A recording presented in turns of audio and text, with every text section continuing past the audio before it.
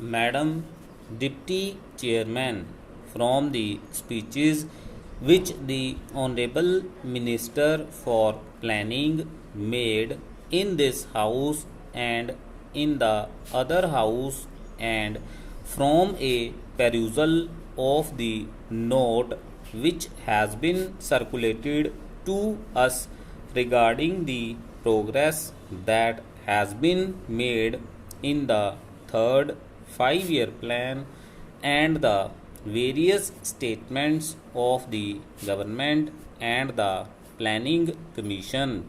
I have a feeling that the government of India is trying to assuage the feeling of dissatisfaction in the country through promises of bright future, promises of better efforts, and journal promise that everything is going to turn out all right and that there need not be any fear or anxiety in the country. Stop. Madam, while saying this, I realize that the country has made certain progress in the development of our economy during the last decade. Stop. Industrial production has increased, agricultural production has increased, the productive capacity has been built up, and we have also got employment opportunities being created. Stop. Above all, we have gained valuable experience in the development of our economy, especially in planning, and these are all to the credit side of the plan. Stop.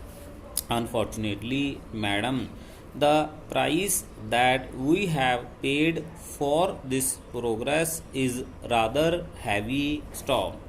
The imbalance that we have created are likely to go out of control unless definite steps are taken to see that the imbalances are corrected at the earliest opportunity. Stop. Para. The problem of the distribution of income that is generated as a result of the development efforts in the country is a perennial question and comes up again and again in one form or the other before this house. And though I realize that no definite opinion is possible unless we have got some authoritative data and analysis on the subject, there is clear indication of the fact that if not economic wealth, at least economic power is being concentrated in fewer and fewer hands. Stop.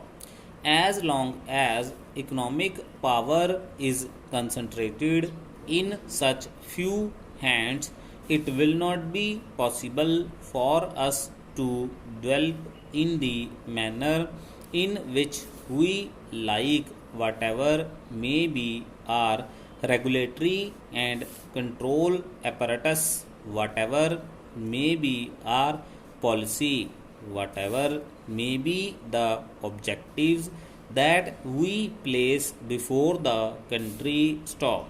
Similarly, the imbalance between the rural and the urban sector is also increasing. Stop.